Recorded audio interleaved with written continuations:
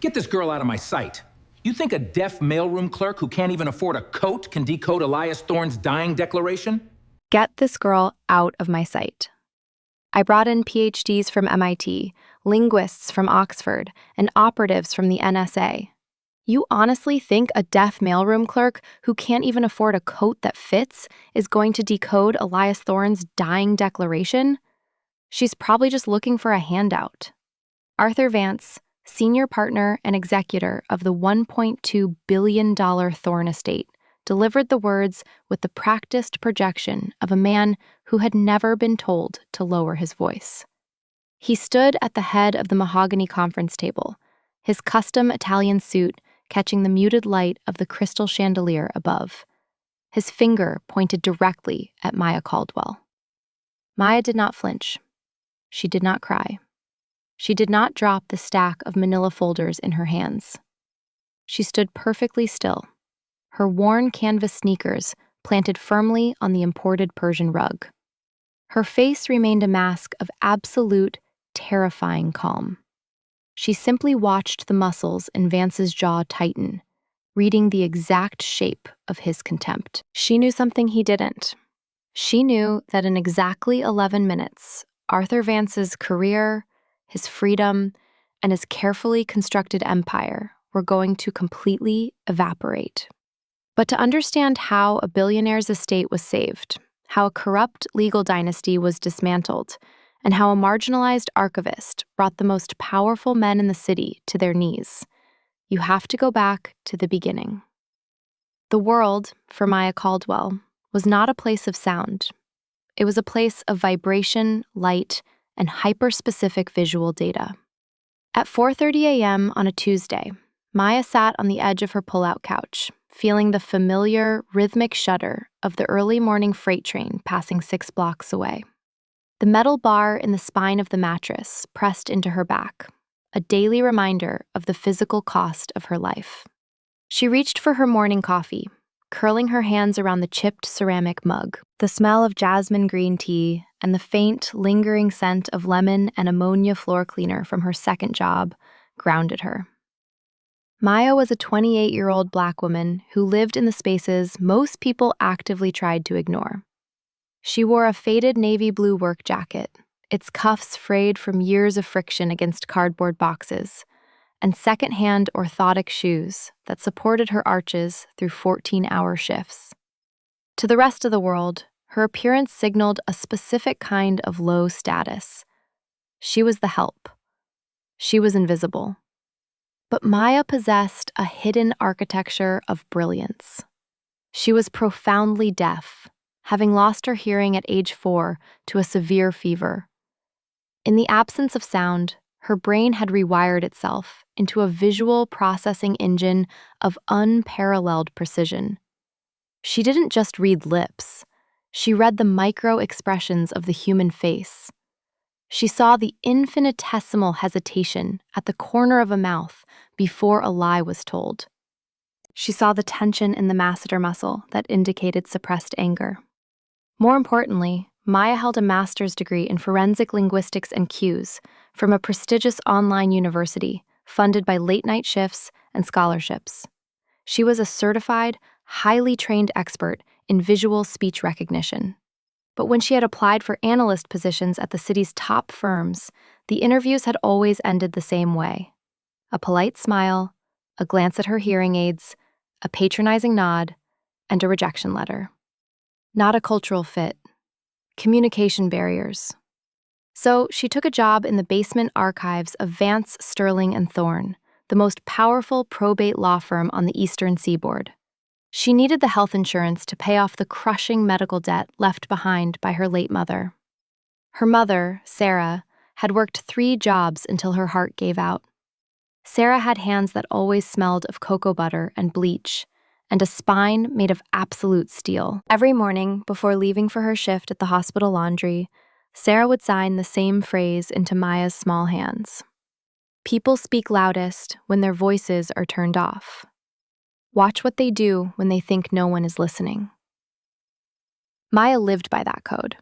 She never begged, she never shouted, she never cried in public.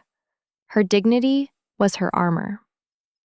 The firm of Vance, Sterling and Thorne occupied the top 3 floors of a glass and steel monolith in the financial district. It was a space aggressively coded for wealth and exclusion. The floors were cold, white Carrara marble. The air smelled of expensive leather, ozone from the high-end HVAC systems, and the faint trace of bourbon that the senior partners kept in their crystal decanters. Arthur Vance was the apex predator of this environment. He was a man of 60, with silver hair perfectly coiffed, wearing a Patek Philippe watch that cost more than Maya's entire neighborhood earned in a year. Vance mistook surface for substance. He believed that power was derived from volume, pedigree, and the ability to command a room. He never looked at Maya. When she delivered the archived files to his desk, he treated her with the dismissive sneer of a king swatting away a gnat. Once, she had seen him berate a paralegal for a typo, his face turning an ugly shade of magenta. Maya had watched his lips form the cruel words, noting the asymmetry of his sneer, a telltale sign of deep, structural insecurity. The firm was currently in chaos. Elias Thorne, the billionaire founder and the only partner with a shred of moral compass, had died unexpectedly at the age of 82. Thorne was a titan of industry, a man who had built a $1.2 billion empire in logistics and real estate. But more importantly, Thorne was a man who had notoriously despised Arthur Vance, keeping him around only because Vance knew where the legal bodies were buried. Thorne had died in his private suite at a high-end hospice facility, but before he passed, he had his nurse record a final video on his tablet. It was meant to be his dying declaration, a final addendum to his will. There was just one massive problem. The video had no audio. Whether by technical glitch, deliberate sabotage, or the failure of the tablet's microphone, the file was completely silent. It showed Elias Thorne, frail and propped up against a sea of white pillows, staring directly into the camera and speaking with intense, desperate urgency for 3 solid minutes. The stakes were astronomical. If the video was deemed indecipherable, the existing will, which named Arthur Vance as the sole executor with a massive 15% administrative fee and unprecedented discretionary power over the assets, would stand. If the video contained a new directive, it could strip Vance of his power. Panic gripped the 42nd floor. For 3 days, the executive boardroom was transformed into a high-tech war room. Vance, desperate to legally validate his position by proving he had exhausted all avenues to decode the video, had brought in the supposed heavyweights. He hired a famous forensic lip reader who usually consulted for the NSA. He brought in an Oxford-educated linguist. He flew in an AI specialist from MIT with proprietary software designed to reconstruct speech from jaw movements. At 11:14 a.m. on a Thursday, Maya was tasked with delivering a cart of heavily redacted historical tax files to the boardroom. She pushed the heavy metal cart, feeling the vibrations of its wheels against the thick, sound-dampening carpet. When she entered the room, the tension was palpable. The air felt heavy, vibrating with the frustrated energy of angry men. The massive 80-inch flat screen at the end of the room was paused on a close-up of Elias Thorne's face. The NSA consultant, a man in a tactical vest over a dress shirt, threw his hands up. "It's impossible," he said, pacing. His jaw is slack from the morphine. The labial shapes are indistinguishable. He's mumbling. Without audio context, it's a guessing game. It could be English, it could be nonsense. The MIT expert sighed, closing his laptop. The AI is returning a 12% confidence rate. The data is garbage. The facial muscles are too atrophied. Arthur Vance stood near the window, his back rigid. Maya watched the reflection of his face in the glass. He was trying to look disappointed, but the micro-expressions around his eyes, the slight crinkle of the orbicularis oculi, revealed profound relief.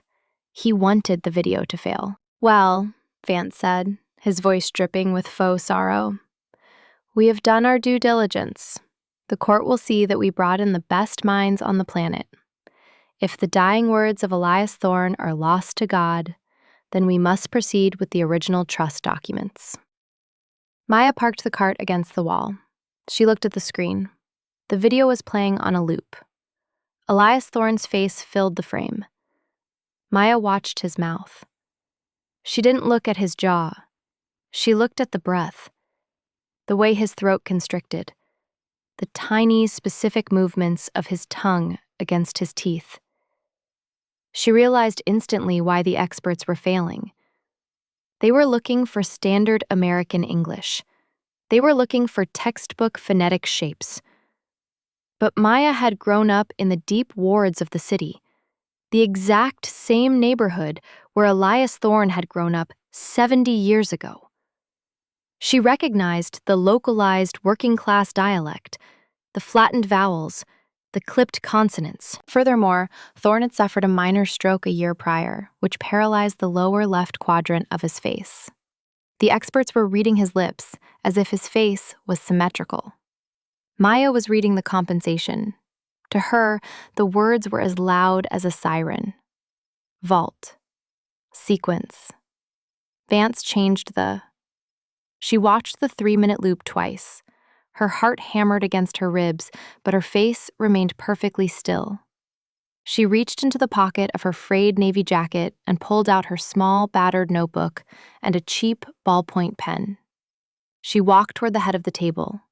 The room fell silent. The MIT expert frowned. The NSA consultant looked confused. Arthur Vance turned, his eyes narrowing as he took in the sight of the archivist interrupting his summit. Maya wrote quickly on her notepad, the scratch of the pen echoing in the quiet room. She tore off the sheet and handed it to Vance. It read, "They are reading his left side. He had a stroke. You have to read the right side compensation. He isn't saying trust. He's saying treason. I can write down the whole transcript for you." Vance read the note. For a fraction of a second, raw panic flashed across his face. He looked at Maya. He saw her worn clothes, her hearing aids, her cracked hands. He saw someone who possessed zero institutional power. His panic immediately curdled into vicious, defensive rage. "What is this?" Vance snapped, crumpling the paper. Maya signed, speaking clearly with her measured, practiced vocalization. "I can read it. The AI is wrong because it doesn't account for his stroke." Vance's face darkened. He stepped into her personal space, looming over her. "Get this girl out of my sight," he barked to the room. "I brought in PhDs from MIT, linguists from Oxford, and operatives from the NSA. You honestly think a deaf mailroom clerk who can't even afford a coat that fits is going to decode Elias Thorne's dying declaration? She's probably just looking for a handout." The insult was precise, public, and calculated to strip her of her humanity. Maya looked around the room. She cataloged the bystanders. The MIT expert looked down at his shoes, pretending to examine his laces. The NSA consultant chuckled, a low, ugly sound, complicit in the cruelty. The junior partners at the table shifted uncomfortably, but no one moved to intervene. No one spoke up. They valued their proximity to power more than they valued basic human decency. Maya did not react emotionally. She did not flush with anger. She did not raise her voice. She remembered the smell of cocoa butter, the steel in her mother's spine. Dignity is armor. Instead, Maya did something completely unexpected. She pulled out her cracked, outdated smartphone. In one fluid motion, she hit record, capturing the frozen frame of the video on the massive screen, capturing the room, and capturing Arthur Vance's furious face. "Hey, put that away," Vance shouted, lunging forward. Maya tapped a single button, sending the encrypted file directly to her personal server and simultaneously to a contact saved only as VS. "Security!" Vance bellowed, his voice echoing off the marble walls. "Get her out of my building! Terminate her employment immediately! Have her escorted off the premises. Within seconds, 2 large security guards in dark suits entered the room. One of them reached for Maya's arm. Maya held up a single hand, palm out. The gesture was so commanding, so deeply imbued with authority, that the guard actually paused. Maya smoothed her frayed jacket, picked up her empty notebook, and walked out of the boardroom on her own. As she walked down the long, fluorescent-lit corridor toward the elevators, she didn't look back. She knew the trap had already been sprung. 22 minutes later, Maya was standing on the cold concrete of the loading dock, holding her small cardboard box of belongings. The city noise vibrated through the soles of her shoes. Before she could step off the curb, a black SUV with federal government plates screeched to a halt in front of her. The heavy door swung open. Agent Victor Steele stepped out. Steele was a veteran investigator for the Financial Crimes Enforcement Network, FinCEN. He was a man made of sharp angles and tired eyes, wearing a suit that was functional rather than fashionable. Maya had consulted for him 2 years ago on a massive racketeering case, decoding prison surveillance footage that had put a cartel boss away for life. Steele knew exactly who Maya Caldwell was. He knew her credentials, her brilliance, and her absolute integrity. He looked at Maya, then at the cardboard box in her hands. "They fired you?" Steele asked, signing the words as he spoke them. Maya nodded once. "Arthur Vance." Steele's phone beeped. He looked down at the encrypted video file Maya had texted him just minutes ago. "You saw the Thorn tape?" "Yes," Maya signed. He was confessing. Vance altered the schedule of assets in the trust. Thorn knew. Steele's jaw tightened. "Vance has been stalling us for months. He claimed the video was indecipherable." Steele looked back up at the towering glass monolith of the law firm. "Are you ready to go back upstairs?" Maya looked at the building. It represented everything that had ever told her she was small, broken, and unworthy. She thought of her mother. She thought of the countless doors slammed in her face. "Yes," she signed. 10 minutes later, the doors to the executive boardroom burst open. Arthur Vance was mid-sentence, pouring a glass of celebratory bourbon for the NSA consultant, having just declared the video legally null and void. The amber liquid splashed onto the mahogany table as Agent Victor Steele strode into the room, 2 federal marshals flanking him. And walking right beside Agent Steele, moving with terrifying, silent grace, was Maya Caldwell. "What is the meaning of this?" Vance demanded, his voice cracking slightly. "Agent Steele, this is a private proceeding, and I specifically ordered that woman removed from the premises." Agent Steele didn't raise his voice. He didn't need to.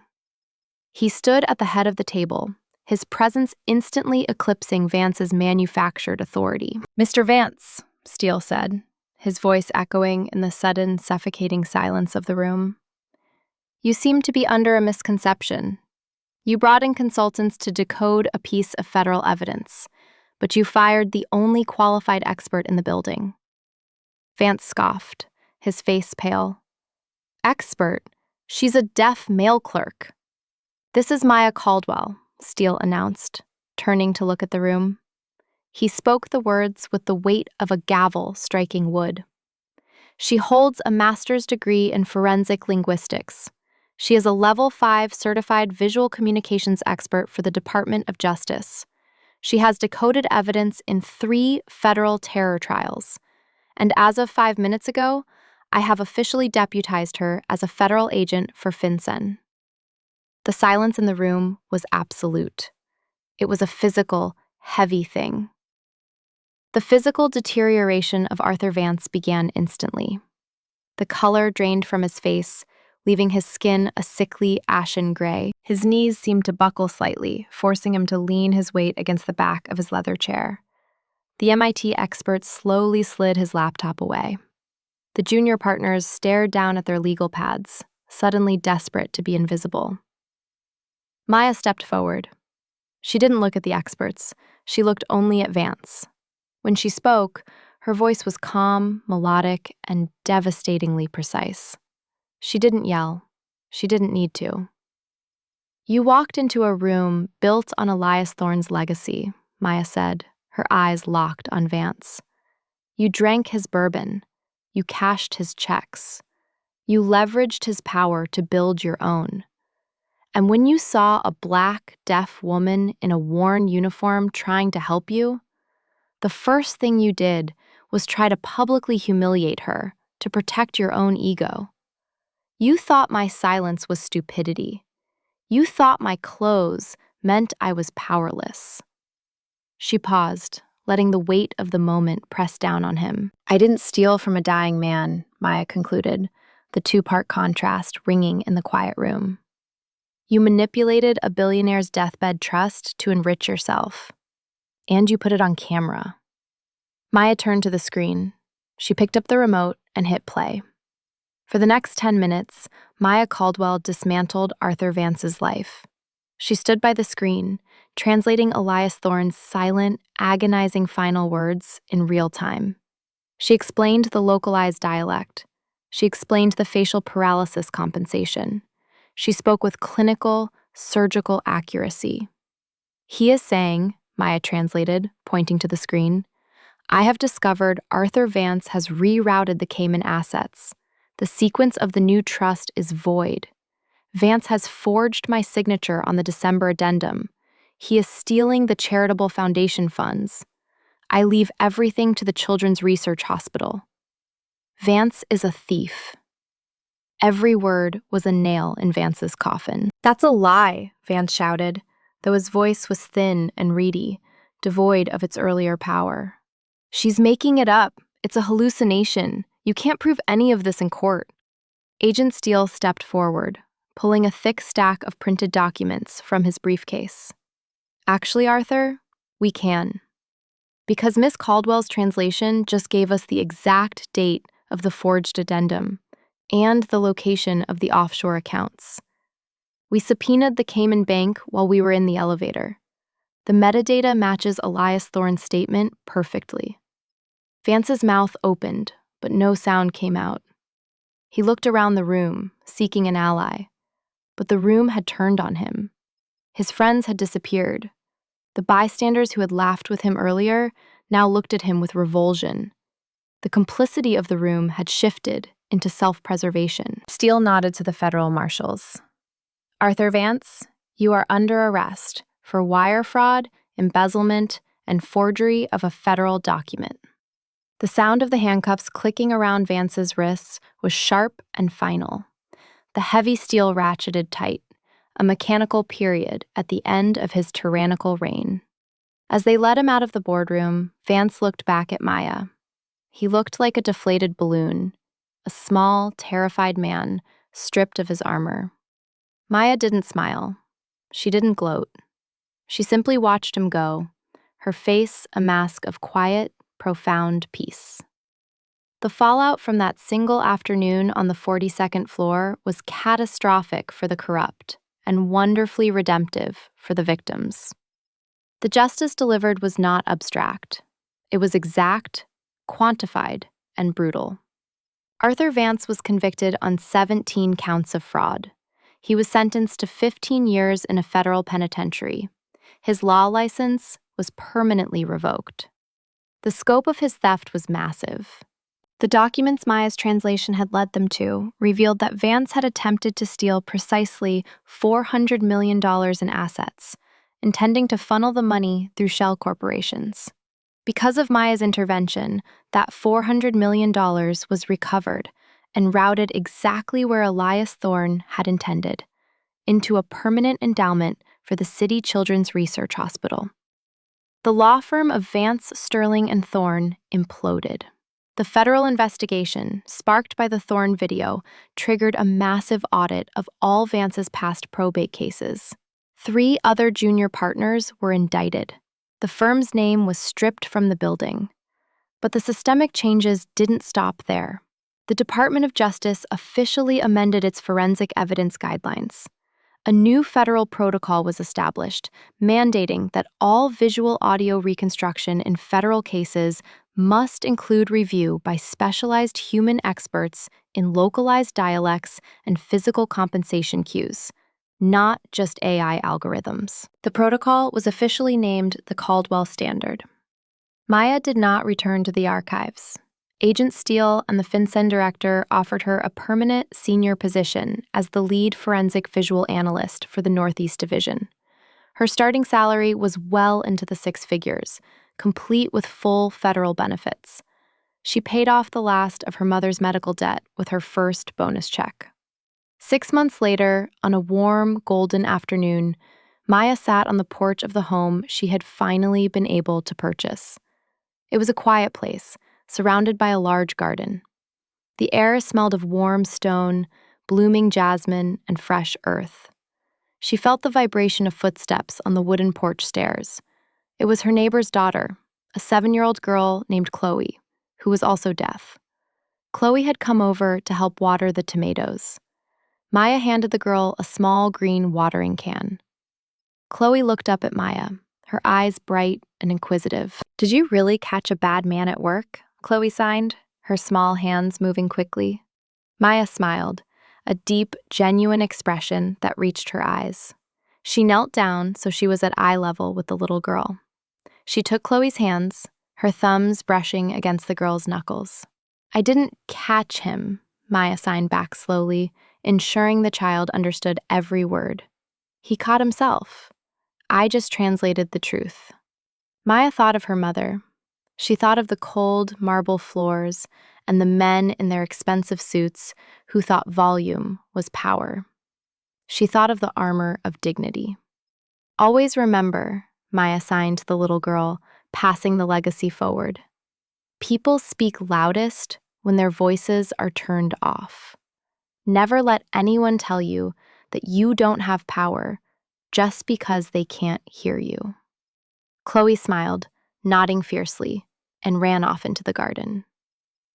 Maya leaned back in her chair, feeling the warmth of the sun on her face. The world was still quiet, but for the first time in her life, it was finally beautifully peaceful. We just watched a woman who had been marginalized her entire life dismantle a corrupt empire without ever raising her voice. We watched a system that punished humility get shattered by a single, undeniable truth. The core injustice here wasn't just that Arthur Vance was a thief. It was that he believed someone's worth could be measured by the clothes they wore and the space they occupied. He believed that because Maya lacked traditional institutional markers of power, she was blind, stupid, and exploitable. But what really made this story matter wasn't the twist of Maya's hidden credentials. It was the principle of unshakable internal dignity. Maya didn't need Vance to validate her brilliance. She knew who she was before she walked into that room. And she knew who she was when she walked out. What about you? Have you ever looked at someone in a uniform or someone working a job you deem beneath you and made an assumption about their intelligence? Have you ever let the surface of a person blind you to the substance of their character? What would you have done if you were in that boardroom? Would you have laughed with the crowd? Or would you have stood up?